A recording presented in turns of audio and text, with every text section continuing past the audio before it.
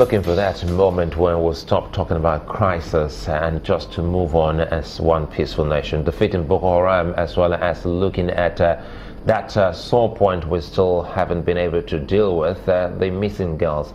Joining us to look at that is Habiba Balogun. She's a coordinator of the Bring Back Our Girls group here in Lagos. Good to have you join us this morning. Good morning. Yeah, good morning. Very quickly, one would have thought that the Bring Back Our Girls would have been on recess now, knowing full well that we have seen some release of some of the girls, and there seemed to be some ray of light in the direction of the rescue of others. What is this renewed, vigor within the group and demands? We know that the Bring Back Our Girls group now have a series of demands which they have been looking at daily. Take us through all of that. Okay. Well, as you know, it was 219 girls that were kidnapped over nearly 3 years ago. And for 2 years, there was no progress, there was no news. In Abuja, they met daily. In Lagos, we meet monthly. Oshobo, Ibadan, and around the world. We've been almost like holding a vigil for these girls. And finally, towards the end of last year, 21 girls were released.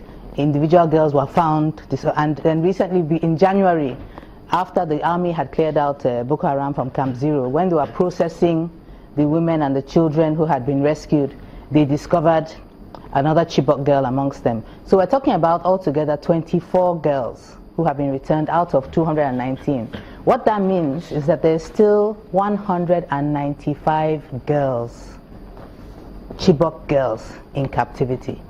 And we have made a commitment that we're not going to stop until our girls are back and alive. Not without our daughters, we're not going to stop. So the movement doesn't want government to relax that, okay, we brought 24 girls back and forget about 195. You know, the Chibok girls symbolize all women, children, men, boys who have been affected by terrorism in Nigeria. They're the symbol because we know their names, we know their identities. The rest of them are nameless.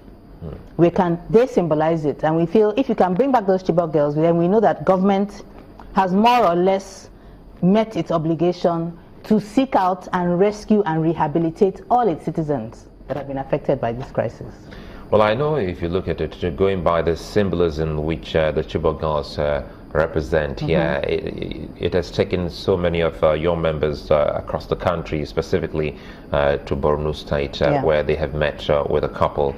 And it was only recently there's a release by your group talking about some of them whose parents are no more as we speak. Take us through the findings of your group. Yes. I mean, after the adoption first happened, you know, the whole place was devastated, the Northeast. Even when the Chibok community were able to go back, and the neighboring communities. So I'll mention Chibok, but I'm talking about all the communities. For a very long time, they couldn't sleep in their homes. So they'd be in their homes during the day, and at night they would sleep in the bush. So there's devastation, deprivation, exposure. They had medical injuries. They were injured by insects, by rodents, but they were exposed. So 19 of those parents are dead. Since April 2014 to date, 19 of the parents of the Chibok girls. And so we can't talk about other adults who have died not from conflict, but from the effects of heartbreak, of lack of care, lack of medical attention. There's a real crisis going on there. We'll talk more about the crisis specifically. When we come back, we'll look at the new demand by your group and tell us if that is not very enough the core objective of the group seeking for the release of the girls. That's when we return. Stay with us.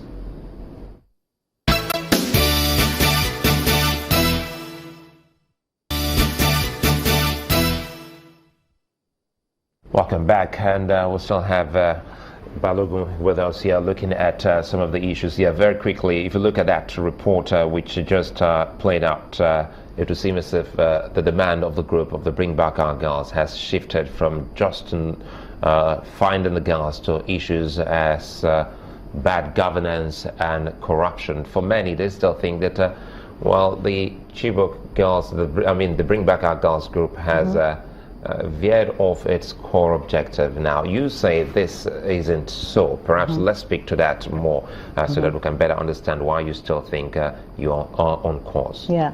I mean, the Bring Back Our Girls campaign has a singularity of purpose, which is that we want our girls brought back now and alive. Okay? But that's the top of the pyramid. At the bottom of the pyramid, we've discovered over time that there are many elements that have contributed to the girls being abducted in the first place, even to the upsurge of Boko Haram, to the girls being abducted in the first place, not being rescued within 1,000 days, okay, and being rehabilitated, even the 21 who have come back, being rehabilitated. What is happening to them? We found out there are lots of underlying issues. Poor governance is one of the major ones. We have systems in our country that if somebody goes missing, if your child or your neighbor goes missing, and you report to the police, you can wait. A mechanism will be put in place, and they will seek out that person who's missing. If they find out who the perpetrators are, pursue them, get the people back, prosecute, convict. We have a system like that. That system is not working. We have war in our country in the Northeast. People are internally displaced. Camps have been set up by NEMA. We have found out that food trucks, donations by Nigerians to these people, some of them are diverted before they get there. Some of them get there and they are stolen and sold in the markets. It has been identified. We know the people who were responsible for those acts of theft. What has happened to them? Who has been sacked? Who is being prosecuted? Who has been convicted? We know the reason the armed forces took so long to start recording successes against Boko Haram was largely because of corruption. All the money sent to them for their equipment, for their welfare, for their protection was diverted. Okay, a big scandal was opened. But do you really honestly believe that corruption is not ongoing? That our forces, as they are on the field right now, are in good, sanitary, conducive environments for themselves? They are human beings fighting on our behalf. You still think all is not well with the troops? Of course, all is not well with the troops. There are many, many reasons. So we've discovered all these underlying reasons that are preventing our girls being brought back. And it's a cancer in our society, responsible for so many other things. 4 girls were kidnapped just yesterday in Adamawa State, in Madagali. What governance mechanism has kicked in to make sure that these girls too, their parents are not deprived of them for 1,000 days, are not put through that heartbreak? So corruption is absolutely a direct, what this situation is directly derived from our corruption and poor governance. And it's something we're also addressing, just as we're also addressing looking after our soldiers, our police force, rehabilitating, caring for our people in the IDP camps. People who have already suffered so much.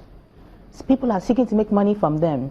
Chibok Secondary School, reconstruction. The contract I've heard 2 amounts. I've heard 500 million naira. I've heard 1.3 billion naira for a bulletproof school. Do you know what that money can do for communities? It's clearly another case of overinflation, of contracts, of corruption. Who issued that contract? There must be somebody in some ministry. Who is going to be held responsible for it now that the scandal has broken? Who is going to lose their job and be convicted for it? That's what we're talking about. You know, in all of this, you're speaking to the government, or rather the governments, because we have the state government, we also have the government at the center, the federal government. Time and again, we've seen an attempt by the Bring Back Our Girls group to have kind of access to the presidency. Yes. And that has been denied. Is there a communication link that has been opened so far? Because with all of these novel demands, because you have your own research unit of the Bring Back Our Girls, so with all of your findings, there must be a way of passing such to the government of the day so that they understand the need for them to act pretty fast. You have that in place already? Yeah, we have several communication channels. I mean, the main communication channel is Ministry of Women Affairs and Social Development. They are responsible for anything to do with child protection. They are not responsible for the welfare of soldiers. They are not responsible for management of IDP camps and accountability. You know, and many of these things we're talking about, government is already aware of them. Patriotic Nigerians have already blown the whistle to say, hey, this is what is going on. But poor governance means that nothing is being done about it. These revelations are not being acted upon. And if there are no consequences, as we know, if a child misbehaves and you don't correct the child, will the child suddenly start behaving? No. So the corruption and all the dysfunction continues. And we are not accepting that. We're not just fighting for the Chibok girls to come back.